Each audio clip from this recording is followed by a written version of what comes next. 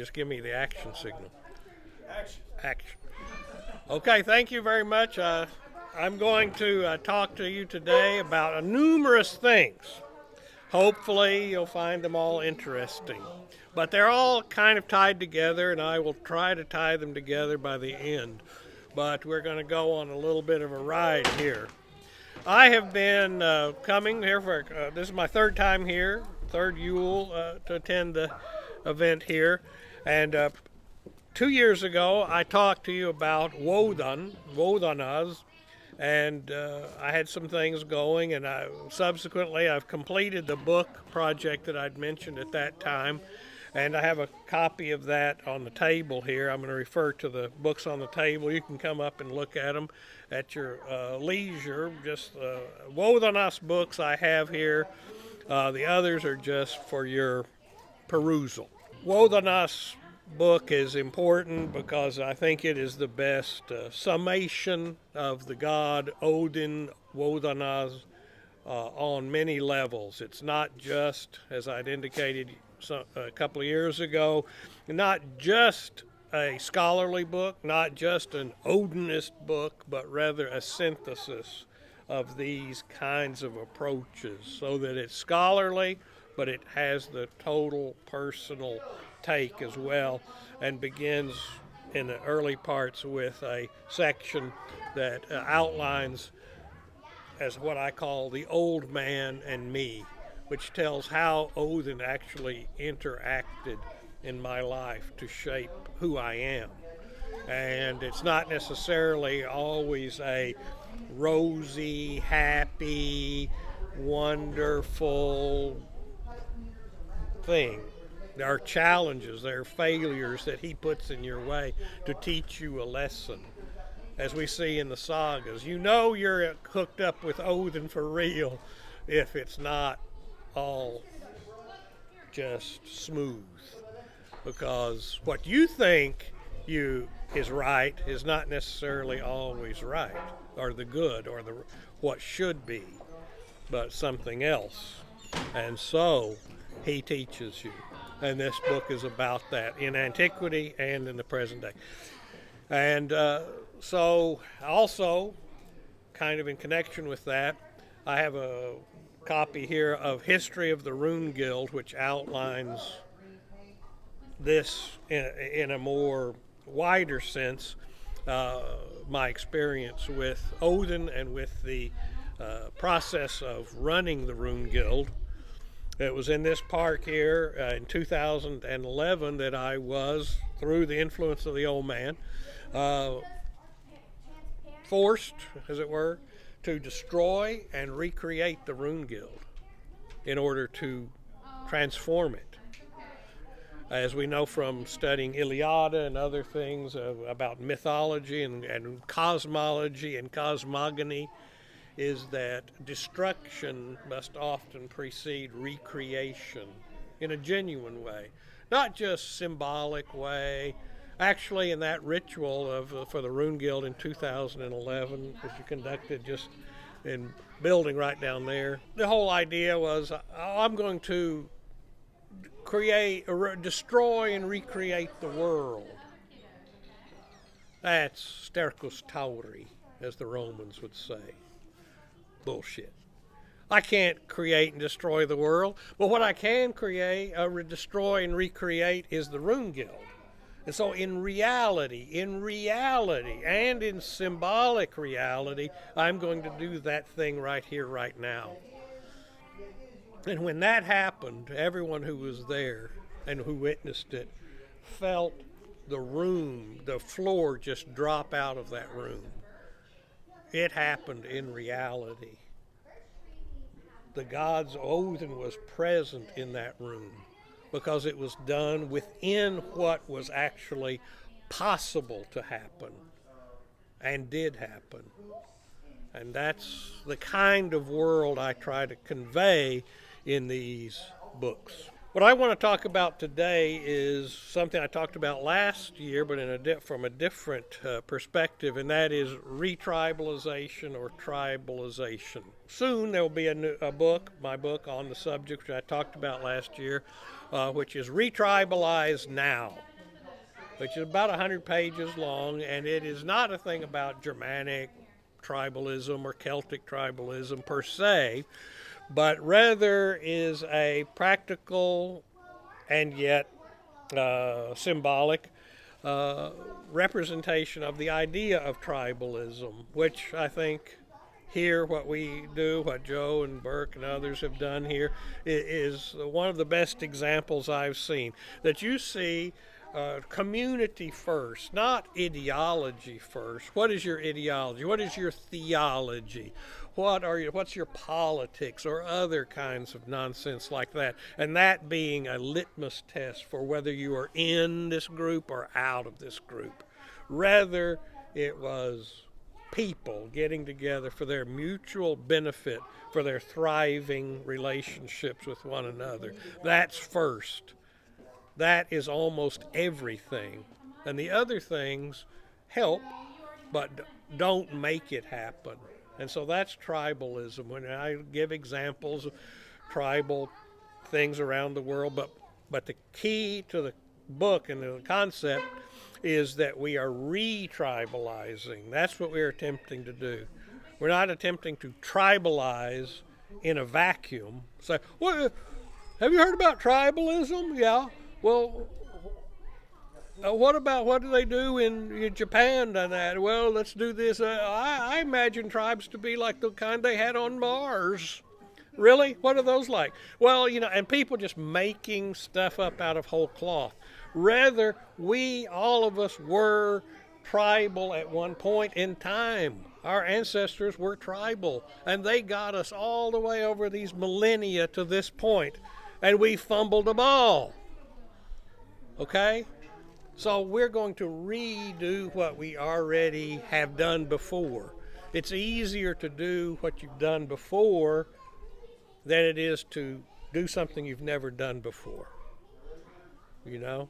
Just like when I go back, I say, well, I'm going to study a language. Well, if I was pretty good, I passed Latin exams, I did this, I did that. If I go back and go to that language and study it, things start coming back pretty quick, even though I'd consciously forgotten a lot of things.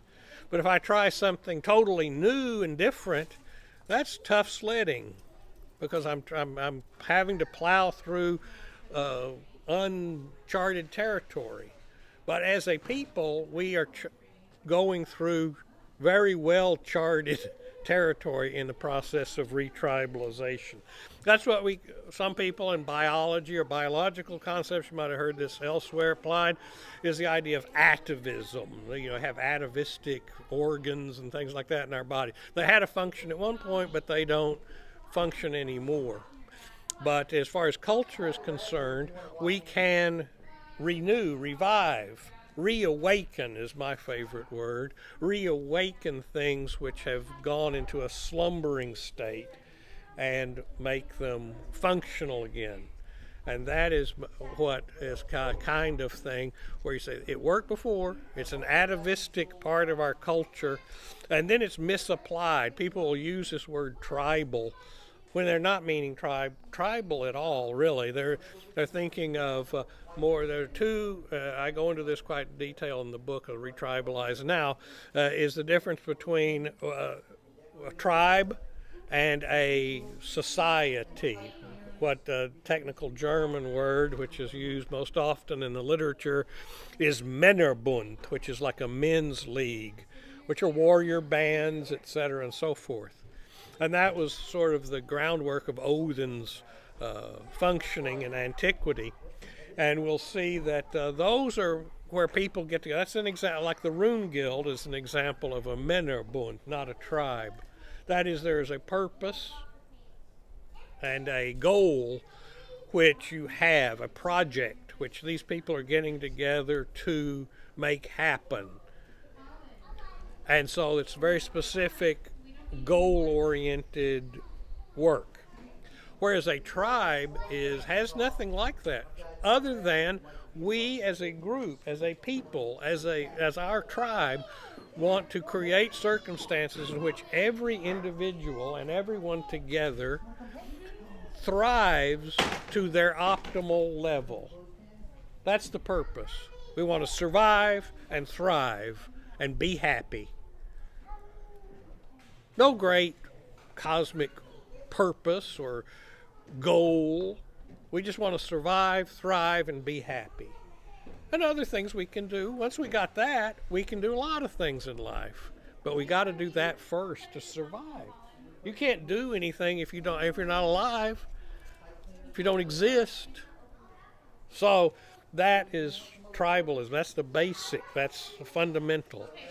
That's the hard thing to do in this world, because everything around us works contrary to that principle.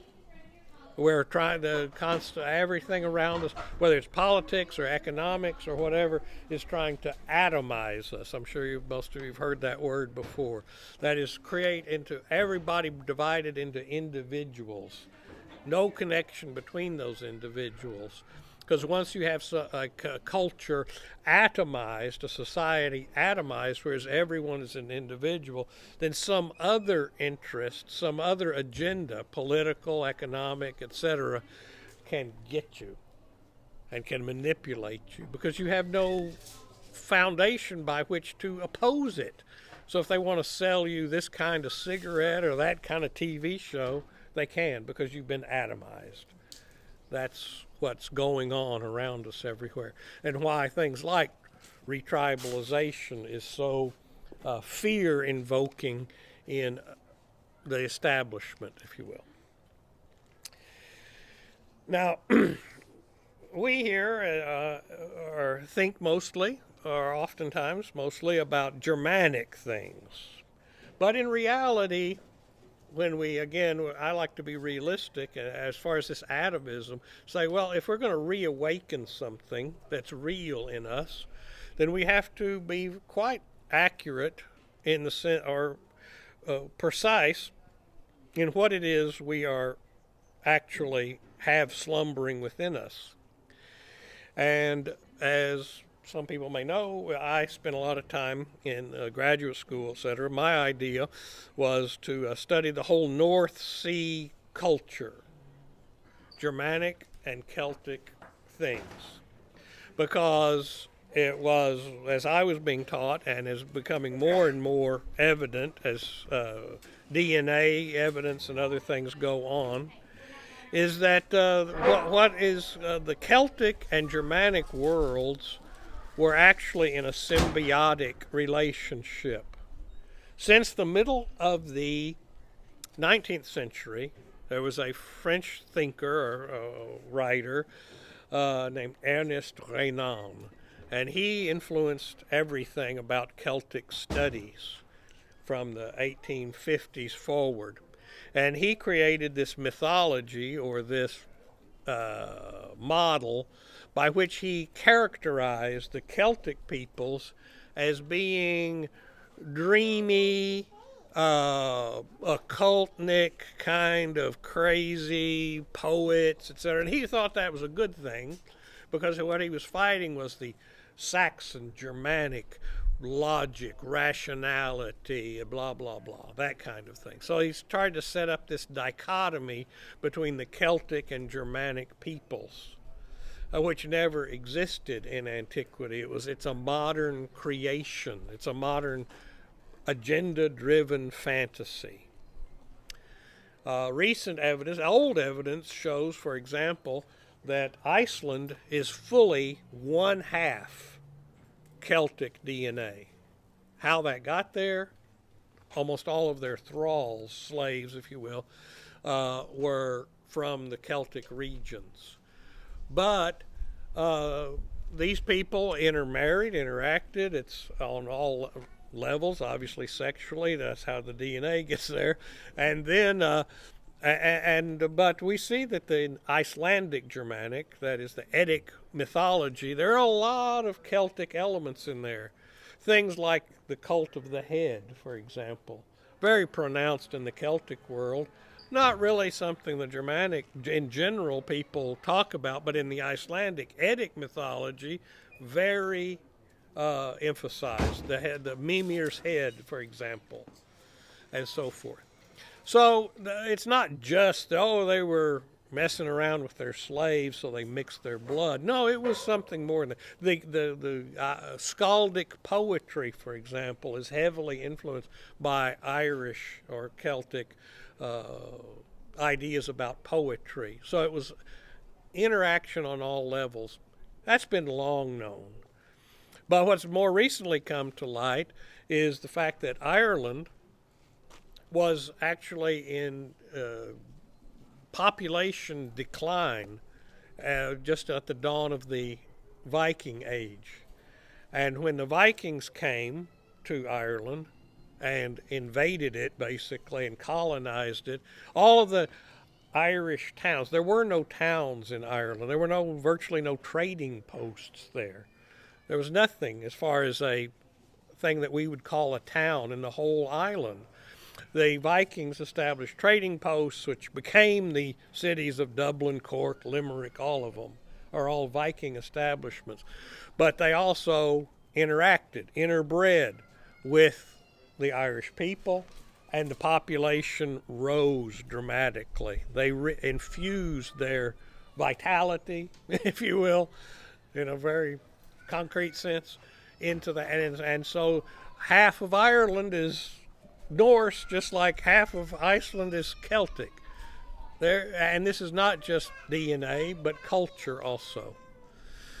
So this is a false dichotomy, which had an agenda in the middle of the 19th century, and one that we need to just put behind us and realize where it came from. And it's outlived. If it had any usefulness, it's outlived that usefulness a long time ago. And so a lot of people, most of us probably here, are some kind of mix of Celtic and Germanic background.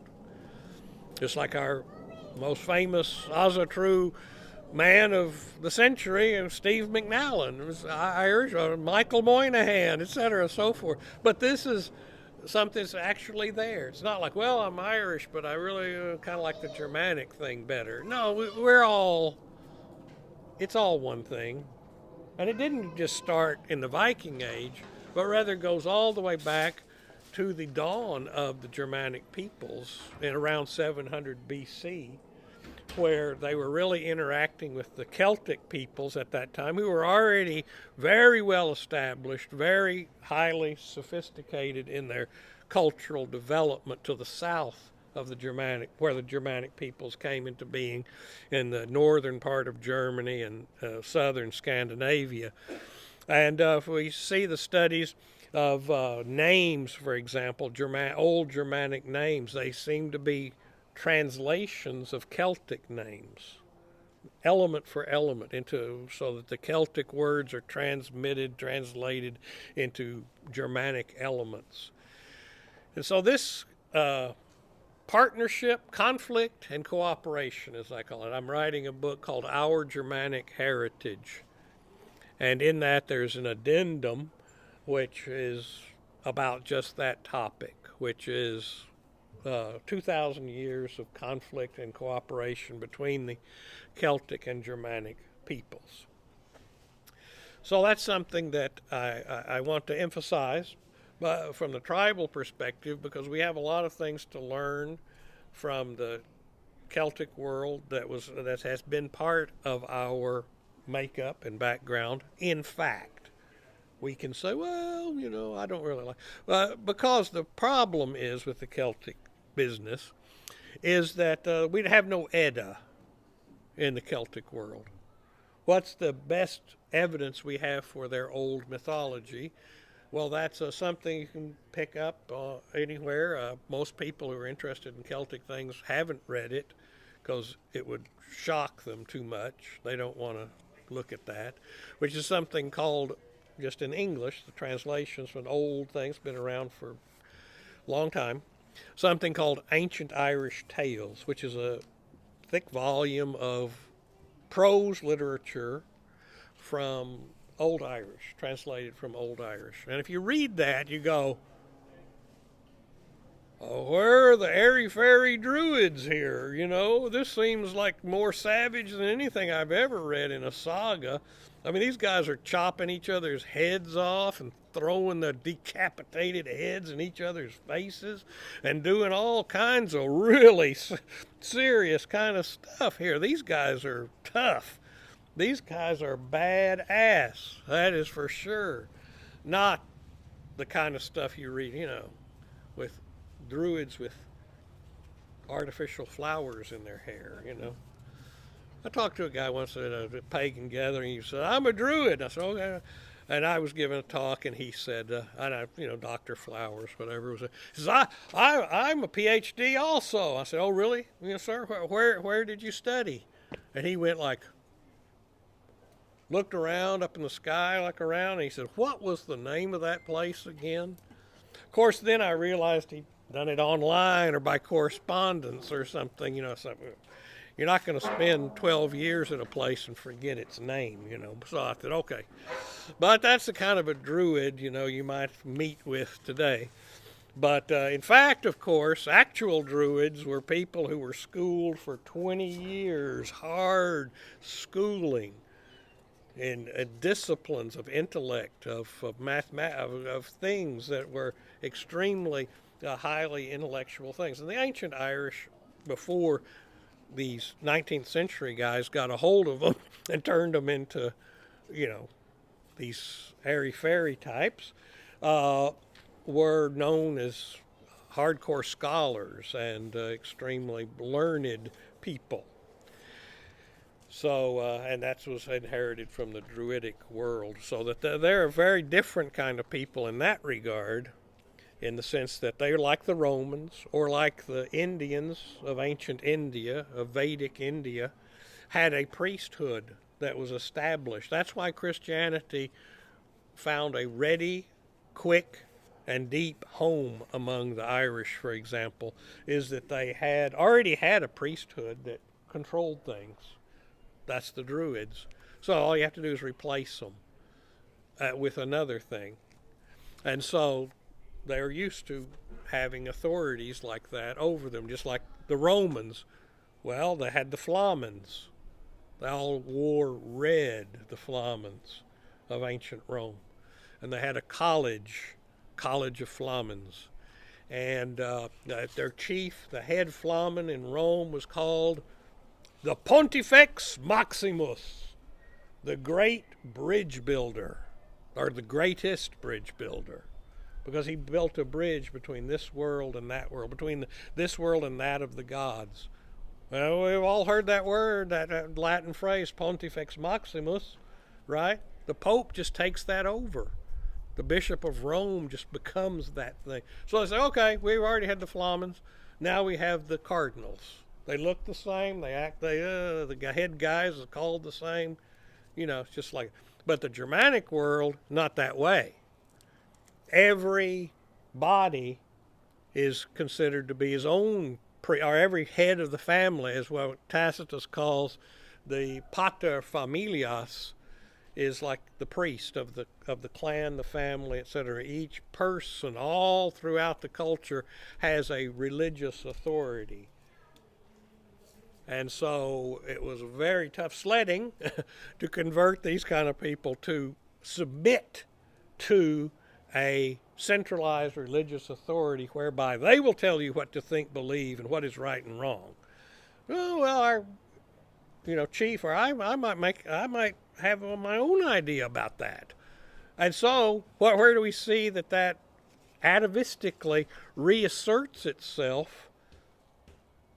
In Sweden, for example, very quickly. When is Sweden finally Christianized? 1100. By 1530, it's Protestant. That quick. And what is essential to Protestantism? That is Lutheranism. The king is the head of the church. That is, our king is the ultimate religious authority. And that each individual makes his or her own relationship with the deity. It's a Germanization or re-Germanization of religion, Protestantism. regardless of whatever else nonsense it might have spawned, which it did quite a bit. But nevertheless, that was an essential component of it, which said we don't really want to submit to a foreign, centralized, formalized authority with regard to religious questions, because it's un-Germanic, where it is quite Celtic actually, because the Druids were the same thing. I'm going to talk about something else now related, a little more entertaining maybe. Anybody know what a cracker is? What is a cracker? It's me. You're a cracker? Yes, sir. Okay. Right, a crack. Where does that come from? Where does that word come from? I believe in the term called a rural person, a cracker, or someone that cracked the whip. Oh, really? Well, where the word actually comes from, cracker, is it's an Irish word, crock, and it means something you also relate to is a redneck. By the way, redneck is also let me back up here just a bit. Say there is a culture which most people, especially in this part of the world, but in a lot of the parts of the United States, count as their ancestral home, which is northern England, southern Scotland, and northern Ireland, the Protestant areas only.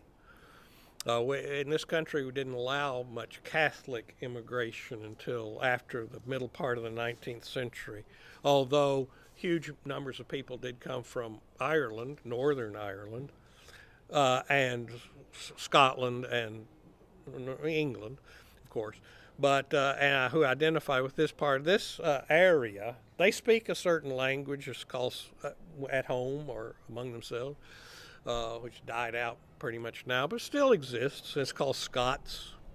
And if you read the maddening, sometimes, translation of Lee Hollander of the Edda, it's full of Scots words. Everybody knows one Scots word for sure, and everybody says it probably pretty much every day, and that's weird. Old Norse urður. And weird is a Scots word. Now, it is an example of how actually Scots has almost no Gaelic in it, no Celtic words in it at all. It is a purely Germanic language, and it is archaic Germanic, a mixture of Norse and Old English, basically, and preserves many archaic words. Arcana Europa, Michael Moynihan's outfit there, and Josh Buckley have come out with a new book by Nigel Pinnock called The Eldritch World. And Eldritch is another Scots word. It means like the old realm or the elven realm, something like that. But eldritch, things like that. This world, this culture from which many of us came, is this Germano-Celtic world. And those people, they had some Gaelic, words and everything. For example, this one word survives very vigorously, which is the word cracker, which means, if you hear Irish people say, what's a crack? Meaning, what's up? And crack can mean fun. It means, in Gaelic, modern Irish, it means fun. So, if someone says in Irish, let me see, Tá crack wa leis. Tá crack wa leis. This means he's a good old boy. Tá means is. It's Irish or Celtic languages are verb initial, so that the verb comes first. So tá, and then that means is. Crack, fun, good guy, or fun. And then wa is a mutated kind of word for good. So good fun with him. Leis means with him. And so Irish actually, so the verb system is so complex and weird that they went around, did an end around, so they'll just use the word, say instead of he sits, they'll say he is in his sitting. That kind of a thing, to try to avoid the complexities of the verb system. But krak is just an old word, means like a good time person, a good old boy. For example, if he's a person, he's referring to a person.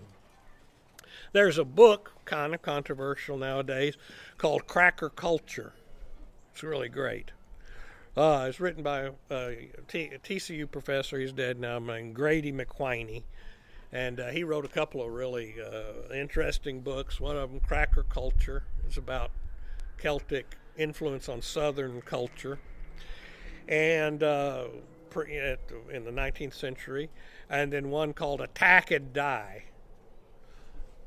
which it talks about Civil War, or war between the states, kind of stories about how the Confederate Army was under pressure from its rank and file because Lee would just retreat, kind of like the way that another cracker and another Scots type person named Sam Houston, how he beat the Mexicans at San Jacinto. What did he do? He didn't just attack them. He didn't just, he kept retreating, right? And draw them out till they are exhausted and just don't know where these people are, etc. And then while they're taking a rest, then attack them with everything, which was included the women, women throwing fire bombs on those Mexicans. Everything was happening. It was over in 15 minutes and Texas was born. But the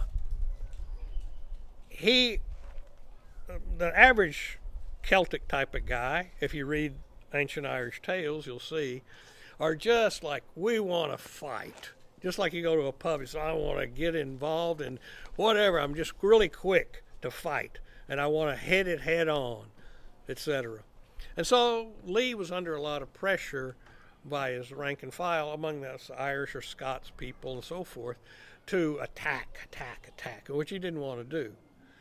And Grady McWhiney, traces this back to a Celtic battle tactic or Celtic sentiment that he was under pressure from. So that's what that book is about. In that, he has a whole thing in there, kind of interesting, about how supposedly it was quite common that after a battle, the Confederate soldiers of Irish background would come out onto the field and take the heads of the Union soldiers, which was, of course, typical ancient Celtic practice, because they would take those heads and put them, actually, if you read in ancient Irish tales, they had belts, and they hung these heads. Must have been awfully stinky after a while, but they'd hang these heads on their belts and walk around with them. There's that one great thing, was a conla, and he's like a, like one guy asks, they're in a feast, which is a Celtic thing where they're like feasting in a hall, and they have a cauldron and they have boiling meat in there, and guys get flesh fork and they get that meat out of there and so forth, and they're bragging and they're going on and on about their exploits. And then one guy's kind of a little guy, and he says, this other guy's boisterous, and he says, well, you wouldn't be so mean, if my big brother was here, you wouldn't be that way. And he says, well, as a matter of fact, he is here. And he takes his head off of his belt and throws it in the guy's face. This is the kind of thing you see in this ancient Irish tales. This is, again, not the kind of thing you're going to get from the, the Isaac Bonowitz crowd or whatever. So these people are, different from what you might expect. But the Scots people are a big part of our American heritage.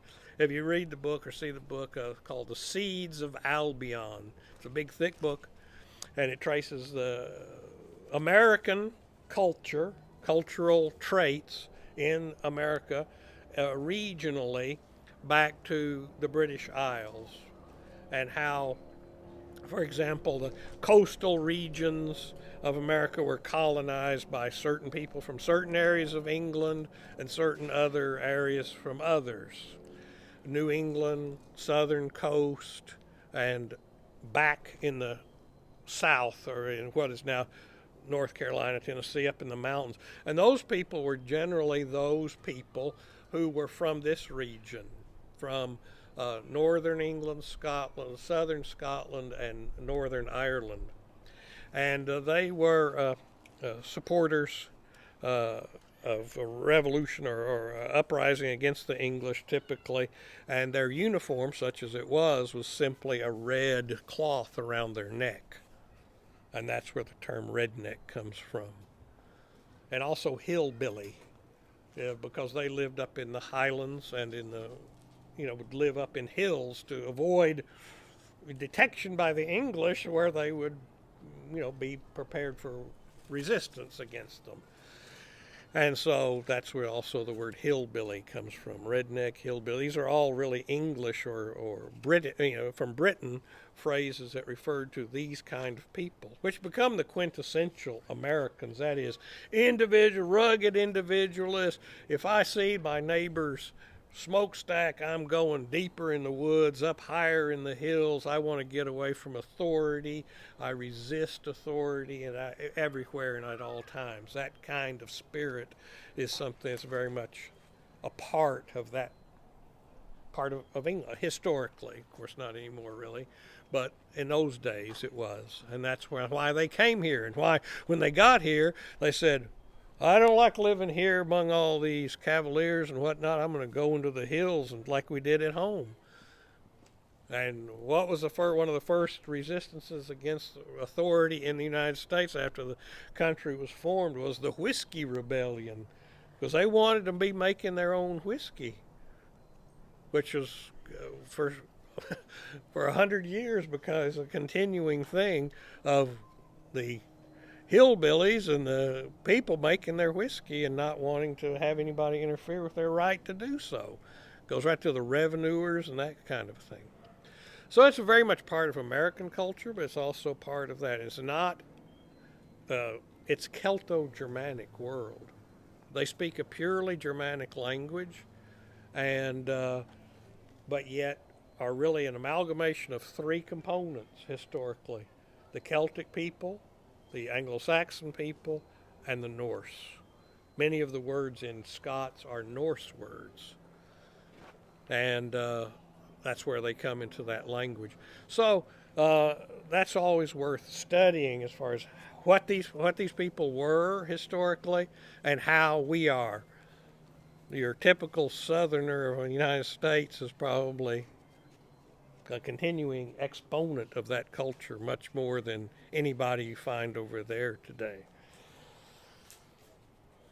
Now today, Anglo-Saxon culture, the idea of Anglo-Saxons, the idea of Celts even, are under attack in Great Britain politically and academically.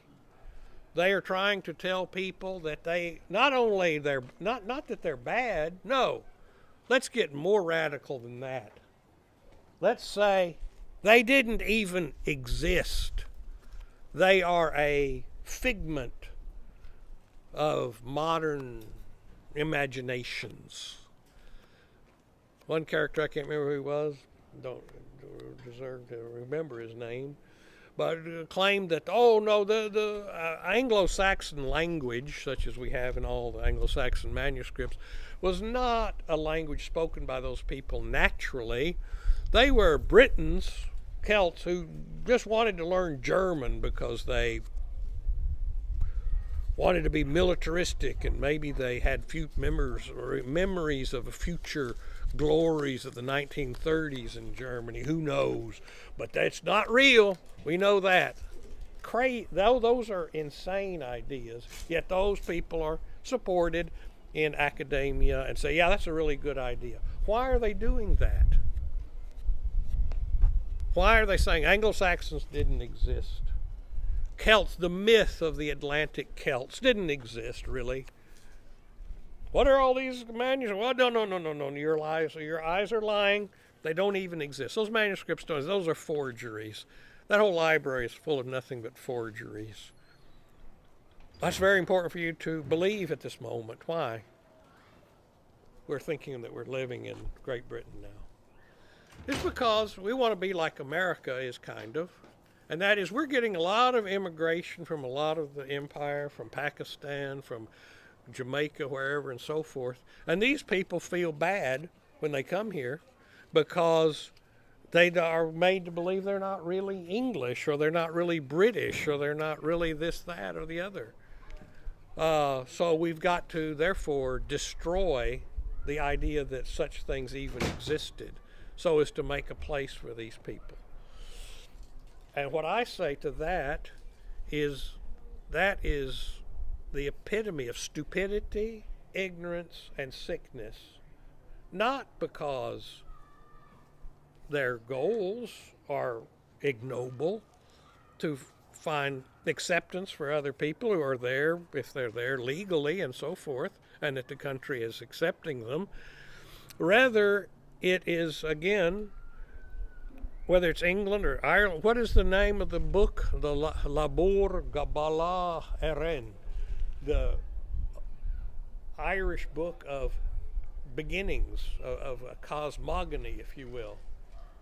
It's translated, it really means the book of the taking of Ireland, but it's usually translated into English as the Book of Invasions, because when you read it, you see that it's wave after wave of different peoples that come to Ireland in prehistoric times, that come, are assimilated, submerged, another one comes, etc. England itself, right? That's the Celtic people are there. Who came? Are the Celts always in Britain? And the British Isles always British? No! They didn't come to Britain until about 600 BC. That seems like a long time ago, but the Celts are already flourishing. And where is their homeland, really? It's in present-day Switzerland and Austria. That's the center of the Celtic world when it was in its glory. Preceded the Roman world. And when the Romans attacked them, said, these Celts are good. Their swords are so good. The iron was so fine, much superior to what the weaponry that the Romans had. The Romans just had superior strategy, but their weaponry was inferior to that of the Celts. So that's their real homeland. It was in what is Gaul and Europe. And they came to Britain around 600 BC, 600, 700 BC. And so they weren't always there. They were an invasion. There was a pre-Celtic population. The nut jobs of Druidry, of course, going back to the 1700s, want to tell you that Stonehenge is a Druid. You still see them, every year. The Druids at Stonehenge. It's like, no, there were no Druid. When Stonehenge was built, it was 1,000 years before there was a Druid there. These were prehistoric, old European, megalithic, as they're called, people. We know very little about them, other than, whoa, look what they built. So we do know this. They must have been very organized and very have some very definite ideas about things. And they were very organized, and they had some kind of central authority which could marshal huge amounts of manpower to act over long periods of time to build things. That tells us something about the fact that these megalithic monuments exist tell us something about their culture. But we know nothing really about it beyond that, or that kind of thing. But they weren't Celtic. The Celts came later. So the Celts are an invasion. It's kind of like people say in America, we're all immigrants here in America, except, of course, the Native Americans. No, they're also immigrants. They just came before other people. They came from somewhere else, too. There were no human beings in this hemisphere at one time. And, of course, they came from many different places, pre-Columbian places. But so we're all immigrants. Same thing could be said of Britain or wherever. You say, well, it's a book of invasions. It's all like that. So that would be a truer, healthier, and more happy resolution to a mythology of saying let's use reality as a basis for our mythology or our understanding of what is right and good and true. And that is, well, people come, and people are assimilated, and another wave comes, etc. And that's been the story here, there, and everywhere throughout the world, really. And so that's the reality. But these type of people who want to destroy the Celtic and Germanic identities can't understand that. They don't want to or can't. So they feel the need to destroy something rather than just looking at reality the way it is and working with that. Another thing about tribalism and about renewal of things is that we have to be ready, both the religion of Asatru or Odinism or the Troth or whatever you want to call it, in order to be genuine and real, it has to work for people. And so those people I would be accused of falling into this category, I think falsely accused, of saying, oh, these scholarly types, they want to do a lot of scholarship and then try to reenact exactly what was done in antiquity and be very much of a stickler for what is right and wrong about things as the evidence shows. And I'm not really like that. I think Book of Troth shows that, I'd hope, is that takes into account that we want something that kind of works for us here and now. And we're not beholden to what scholars have determined. That's the scholarly game. I agree that should go on. But scholars, that's science. And science will say, well, that evidence shows this, but now we have new evidence and now we have to modify our position. Well, religion and myth doesn't work that way. It's real, living, inner, individualistic kind of living reality. And you can focus on those things and enact those things, and scholarship shouldn't matter. I mean, that can inform you a little bit here or there, but you're not a slave to it. Innovation and so forth. But the basic thing is to get a individual practice that works for you and a tribal, clanic group practice that works for that group. And when it works, you keep working that until it doesn't work, and then you change it. Right? That's what antiquity actually shows us. That's the way things actually worked. And that's why things change. It was like, well, I mean, there are, and I'm talking about us, Germanic peoples, we are open to change. Cosmologically, look at the three Nords. Urður, that which happened, that which is, that which has occurred. Verdandi, that which is happening right now. And Skuld, that which, ought to happen given the other two things. But really, it's open-ended. That's why Germanic peoples stepped onto the moon. Because they weren't, we've got to stay with this pattern, this way of thinking, and not change it, not evolve it, not take it to another level or anything like that. We have to simply maintain that which is. So that is part of the way we actually think. So therefore, trying to recreate the past and then slavishly following it is contrary to the Germanic spirit, really. And so tribal traditions are things we can create if we live them and then make them work for us and then use what works and follow that. That is the ideal, really. And that one tribe has a practice different from another, that's even better. If we look back into antiquity, so, well, this tribe, when Tacitus talks about this, the Semnones and the this, it wasn't, well, all of them have pretty much the same thing. you go there, there's this grove, there's this, that, and they all do the same thing. No, he describes all kinds of different things that informants have told him about Germanic religious practice. Each tribal region does it a little bit differently, and I'm sure those evolved over a long period of time. So therefore, since that was the way it was, and that's the way we kind of tend to want it to be now, that's all right. That's good. Don't let people say, well, that's not real. You're not real, Asa True. You're not orthodox, or any kind of attempts to press people into an orthodoxy is contrary to our purpose and nature, and really contrary to practical reality. So that's my ideas on tribalism, and as I've evolved them over time, and so I hope some of this will be useful for you. So thank you very much. Thank you, Brother Frank.